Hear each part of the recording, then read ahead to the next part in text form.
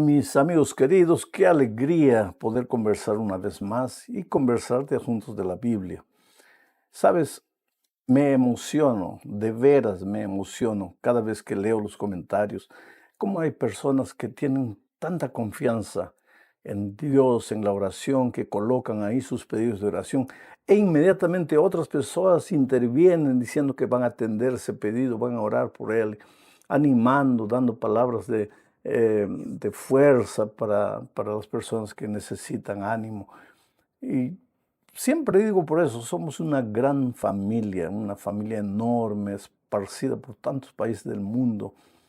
Tu participación es importante, una palabra que tú colocas ahí para alguien que está afligido, para alguien que dice que está desesperado, para alguien que quiere volver a la iglesia pero no puede, y tú entras ahí y dices, ánimo hermano, vuelve. Y a veces si tú también un día estuviste lejos de la iglesia, colocas, oye, yo también estuve. Eso ayuda mucho. Eso une nuestra familia, una familia que un día vamos a conocernos personalmente todos en el reino de los cielos. Bueno, vamos al estudio de la lección 9 para el 31 de agosto del año 2024. El título de la lección es Controversias en Jerusalén. Esta semana estamos ya entrando a la última semana del ministerio de Cristo en esta tierra. La vida de Jesús fue una vida llena de controversias durante sus 3 años de ministerio. No que él buscase esas controversias, sino que los judíos, los líderes especialmente, los dirigentes, lo seguían no para aprender, lo seguían, y eso nos recuerda a mucha gente que hoy también no escucha, no asiste a un mensaje porque quiere aprender, sino porque quiere criticar, porque quiere encontrar alguna falla, algún error. Y es impresionante que el otro día yo encontré una persona que me dijo, pastor, yo soy una de esas personas que escuchaba hablar bullón, bullón, bullón, y un día entré a la página para ver qué hablan tanto. Y mi objetivo no era aprender, mi objetivo era encontrar un error para inmediatamente apuntar el error. Pero el Espíritu de Dios me tocó, me rendí y me entregué al Señor Jesucristo. Bueno, así son las cosas maravillosas con Dios. Bueno, los dirigentes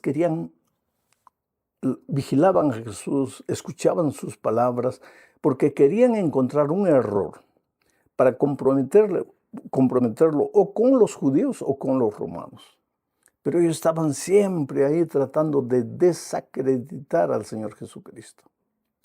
Vamos a entrar entonces a esta lección porque en el capítulo 11 de Marcos encontramos muchas de esas controversias, pero el capítulo 11 no empieza con las controversias, en realidad empieza con lo que llamamos la entrada triunfal de Jesucristo a Jerusalén. Jesús estaba allá arriba en el monte en el monte Getsemaní.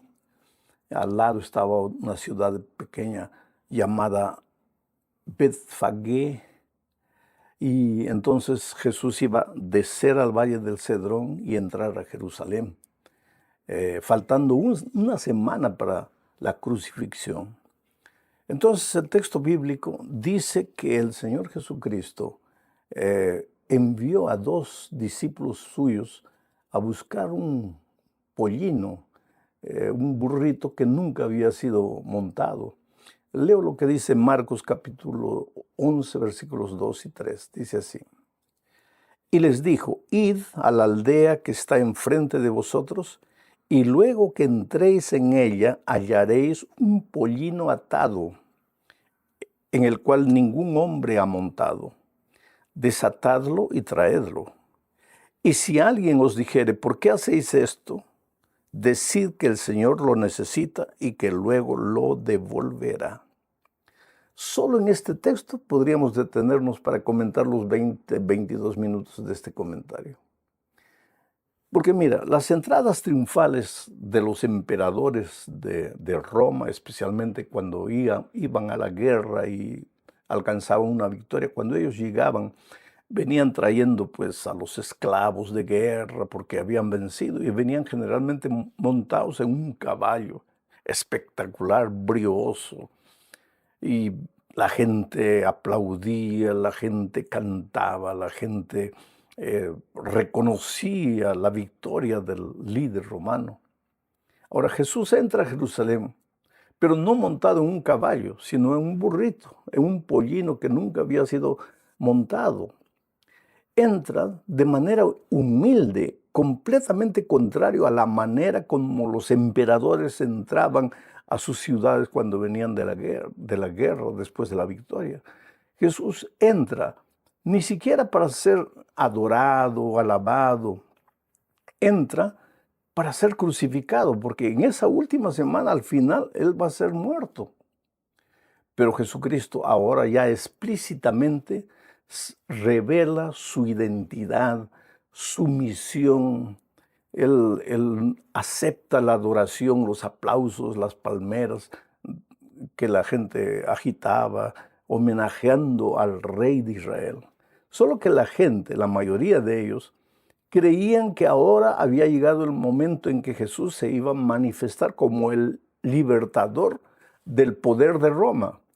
Pero Jesús estaba entrando para libertar al pueblo del poder del pecado con su muerte en la cruz del Calvario. Entonces, es interesante que esta entrada del Señor Jesucristo a Jerusalén ya había sido profetizada por el profeta Zacarías. Leo lo que dice el capítulo 9, versículo 9 del profeta Zacarías. Siglos antes ya estaba profetizada la entrada de Jesús a Jerusalén. Leo el texto, dice: alégrate mucho, hija de Sión, da voces de júbilo, hija de Jerusalén. He aquí tu rey vendrá a ti, justo y salvador, humilde y cabalgando sobre un asno, sobre un pollino, hijo de asna. ¿Tú te das cuenta cómo milimétricamente se cumple la profecía de Zacarías con la entrada de Jesús? Jesús entra con humildad, pero ya revela de alguna manera su autoridad. Él no es cualquier ser humano, Él es el Dios hecho carne. Es verdad que vino para morir, pero es el Dios, tiene autoridad. Por eso le dice a los discípulos, vayan y traigan a un pollino. Porque en realidad todos los pollinos del mundo, todo el oro, toda la plata, todos los animales, inclusive todos los seres humanos, le pertenecemos a Él. Él es el creador. Y el Señor le dijo a los discípulos, y si ellos, los dueños, les dijeran, oye, ¿qué están haciendo? ¿Por qué están llevando el pollino? Díganles, el maestro ha pedido, ha ordenado, pero Él lo va a devolver. Y es interesante, cuando esos dueños del pollino dieron el pollino para el Señor Jesucristo, ellos no sabían que el Señor Jesús les iba a devolver. No solo al pollino, el Señor Jesús devuelve mucho más en abundancia. Entonces, cuando tengas que dar algo al Señor Jesús, dalo sin miedo, porque Él te devolverá y te devolverá doblado, triplicado, cuadruplicado, elevado a la infinita potencia. Vamos a la segunda parte del estudio, analizando el caso de la higuera sin frutos. Al día siguiente de la entrada del Señor Jesucristo a Jerusalén, porque ese día Él entró, llegó hasta el templo, miró el templo, no dijo nada, no hizo nada, simplemente se retiró. Pero al día siguiente se retiró a Betania, a dormir en Betania. Distaba más o menos 5 kilómetros de Jerusalén. Pero cuando estaba regresando a Jerusalén, sucedió algo de Betania, sucedió algo interesante. Leo lo que dice Marcos 11, 12 al 14. Al día siguiente, cuando salieron de Betania, tuvo hambre y viendo de lejos una higuera que tenía hojas, fue a ver si tal vez hallaba en ella algo. Pero cuando llegó a ella, nada halló, sino hojas, pues no era tiempo de higos. Entonces Jesús dijo a la higuera, nunca jamás coma nadie fruto de ti. Y lo oyeron sus discípulos. Pero hay algo interesante.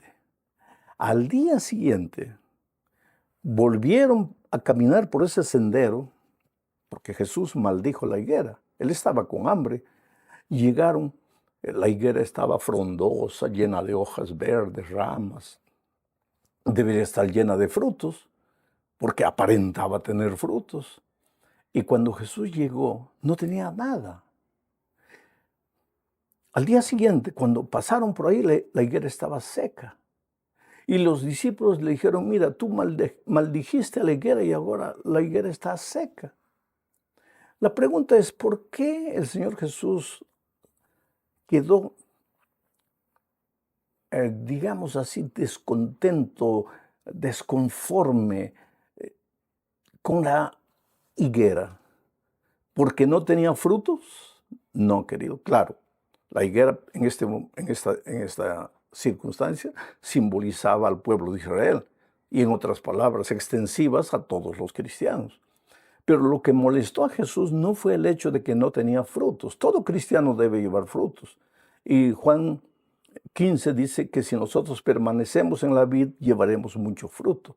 El plan de Dios es que tú lleves fruto en abundancia en tu vida. Pero lo que le molestó a Jesús no fue el hecho de que la higuera no tenía fruto, sino que no teniendo fruto, daba la impresión de tener fruto. Quiere decir, tenía hojas, tenía ramas, linda, maravillosa, pero no tenía fruto.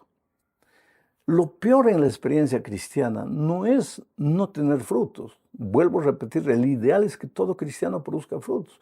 Pero lo peor en la vida cristiana es, no teniendo frutos, aparentar que se tiene frutos. O hablas, cobras, exiges, demandas. En público miras a la vida de las otras personas, que por qué no. Pero en el fondo tú no tienes frutos. Y quien mejor sabe si tienes frutos o no, no es la iglesia, no son las personas en la calle, sino tu esposa y tus hijos. ¿Realmente los frutos que tú aparentas tener son auténticos, verdaderos, o solamente es apariencia? Por eso es que la higuera se secó y el Señor Jesucristo estaba enseñando una lección valiosa para los cristianos de todos los tiempos. ¿Quieres tener frutos en abundancia? Ve a Jesús en humildad. Dile, Señor, mira, yo por más que me esfuerzo, no consigo vencer los vicios, no consigo dominar mi carácter. Por eso vengo a ti todos los días, oro, clamo a ti, Señor, hazlo tú, porque yo no puedo, no tengo fuerzas. Y en la medida en que tú cultives compañerismo diario con Cristo, vas a ver que los frutos van a aparecer. Al principio verdes, medio que no tienen mucha apariencia, pero después bonitos. Y el higo es una fruta deliciosa. Bueno, vamos a la tercera parte de este estudio. Después de la experiencia de la higuera, Jesús entró al templo, a Jerusalén, llegó al templo y vio que en el templo, en el atrio del templo, se vendían, lógico, corderos para los sacrificios, porque la gente que venía de lejos, esa semana era semana de Pascua, la gente que venía de lejos no podía traer los animales de su casa.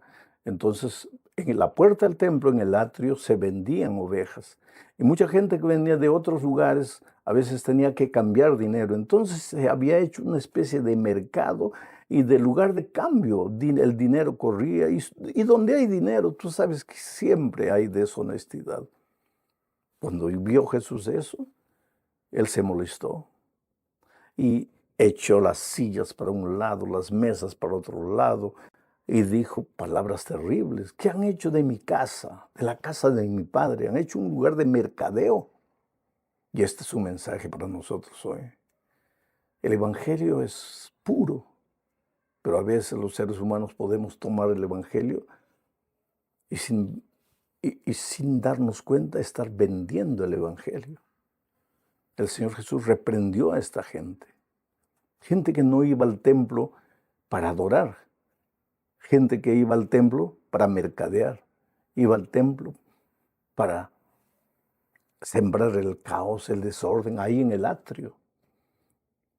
En esta manifestación pública de la ira santa, querido, tú no hables de ira santa, porque yo me refiero de ira santa a la ira del Señor Jesús, que no es ira, no es la cólera humana, es el rechazo por lo que los seres humanos están haciendo.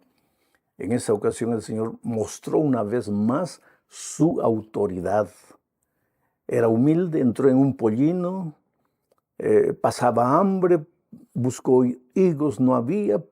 Era un ser humano, muchas veces despreciado por la gente, pero era el Dios, Hijo de Dios, Dios mismo, Dios hecho carne, y aquí mostró su autoridad. Pero eso nos lleva al tercer punto, pues porque la gente, los líderes, comenzaron a acusarle. Y miren lo que dice Marcos 11, 27 y 28. Volvieron entonces a Jerusalén y andando por el templo, vinieron a él los principales sacerdotes. Percibe esta palabra, los principales sacerdotes, los escribas, los ancianos, y le dijeron: ¿con qué autoridad haces estas cosas? ¿Y quién te dio autoridad para hacer estas cosas? Y esa acusación era para una especie de trampa, para escuchar, a ver, ¿qué es lo que va a responder? Para atacarlo inmediatamente. Ya estaban buscando motivos para crucificarlo. Pero Jesús salió de esta aparente trampa de una manera elegante, porque Él les hizo otra pregunta. Les dijo: ustedes hablan tanto del bautismo de Juan. Quiero que me digan, ¿el bautismo de Juan venía del cielo? ¿Era de Dios? ¿O simplemente era un asunto de hombres? Y ellos comenzaron a raciocinar entre ellos y dijeron: epa, si nosotros decimos que el bautismo de Juan venía de Dios, Él nos va a decir, ¿y por qué no lo aceptaron? Y si le decimos que era de hombres, el pueblo todo se va a volver contra nosotros, porque todo el pueblo cree en Juan como un profeta de Dios. Entonces dijeron: no sabemos. Se quedaron callados, no sabemos. Y el Señor Jesucristo le dijo: ustedes no quieren responderme, entonces tampoco yo les voy a decir con qué autoridad hago esto. Y no es que Jesús no tenía la respuesta, Él era el Hijo de Dios, el Dios encarnado. Pero lo que quiso hacer es exponer a los líderes judíos delante del pueblo, para que el pueblo entendiese. Porque el pueblo querido, el pueblo humilde, de alguna manera estaba vislumbrando al Señor Jesucristo como el Dios encarnado. Cuando lo adoró, tal vez lo buscase por los propósitos equivocados, por los milagros, por los panes, por los peces, pero en el fondo ellos veían que Jesús no era cualquier ser humano. Y entonces el Señor Jesucristo salió de esta situación difícil. Vamos a la cuarta parte. Más controversias. O sea, trampas para prender a Jesús. Leo Marcos 12, 15 al 17. Pero antes de eso explico las circunstancias. Vinieron los judíos y uno de ellos se acercó y le hizo una pregunta. Señor, respóndenos una pregunta. Ya que no quisiste respondernos la otra, respóndenos esta. Y le mostró una moneda y le dijo: ¿debemos pagar impuesto al poder de Roma? ¿Es lícito pagar impuesto al poder romano? Ahora mira la astucia de estos líderes. Ellos decían: si él dice que es lícito, quiere decir que él está contra el pueblo judío.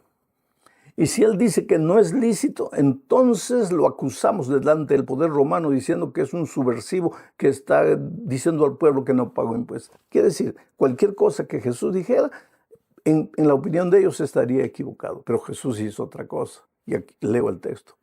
Mas él, percibiendo la hipocresía de ellos, porque cuando hacían preguntas no era porque querían aprender, eran hipócritas, Jesús les dijo: ¿por qué me tentáis? Traedme la moneda para que la vea. Ellos se la trajeron y les dijo: ¿de quién es esta imagen y la inscripción? Ellos le dijeron: de César.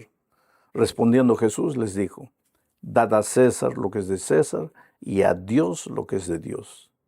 Y se maravillaron de él. Dad a César lo que es de César y a Dios lo que es de Dios.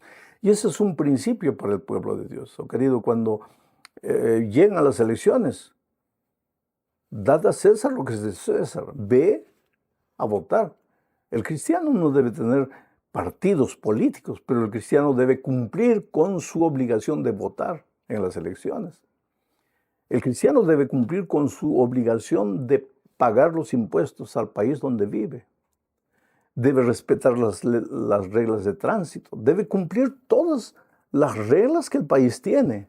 No es porque somos cristianos que tenemos que ser desordenados y qué me importa lo que digan los hombres, yo solo obedezco a Dios. A Dios es menester obedecer solo a Dios cuando algo que los hombres ordenen va contra los principios de Dios. Pero mientras lo que los hombres ordenen no está contra la ley de Dios, contra los principios de Dios, entonces es necesario obedecer a los hombres, respetando a Dios. Y si ellos un día dicen algo que va contra nuestra conciencia, nuestros principios, entonces es menester obedecer a Dios antes que a los hombres. Los judíos no se quedaron tranquilos. Apareció otro ahí viniendo. Leo el texto, Marcos 12, 18 y 19. Dice, entonces vinieron a él los saduceos. Estos no creían en la resurrección. Estos eran otros tipos astutos. Vinieron a él los saduceos que dicen que no hay resurrección. Y le preguntaron diciendo, maestro, Moisés nos escribió que si el hermano de alguno muriere y dejare esposa, pero no dejare hijos, que su hermano se case con ella y levante descendencia a su hermano. Te explico. La pregunta de ellos era la siguiente. Moisés nos ha dicho que si un hombre muere y su esposa se quedó sin hijos, esa esposa deberá casarse con el hermano del fallecido para tener hijos y conservar la herencia. Ahora, ellos crearon una hipótesis. Vamos a decir que un hombre muere, la esposa se casa con el hermano, ese hermano muere, la esposa se casa con el otro hermano, ese hermano también muere, la esposa se casa con el otro hermano. En el cielo, miren, ellos no creían en la resurrección, pero en el cielo, ¿de quién de los hermanos será la mujer, ya que fue mujer de todos? Mira la pregunta.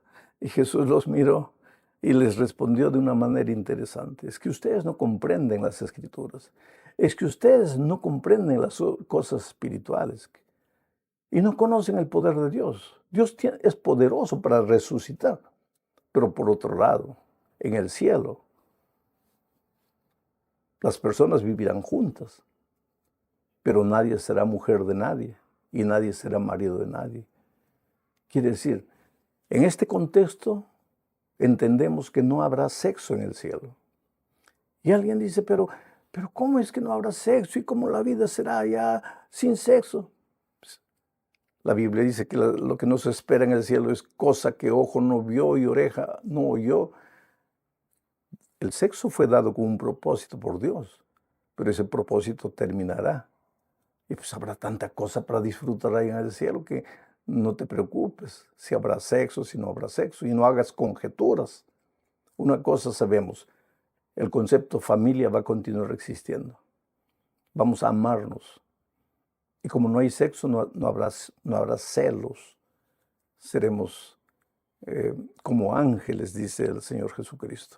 Terminamos el estudio de esta semana hablando de otra pregunta. Esta pregunta venía de un hombre sincero.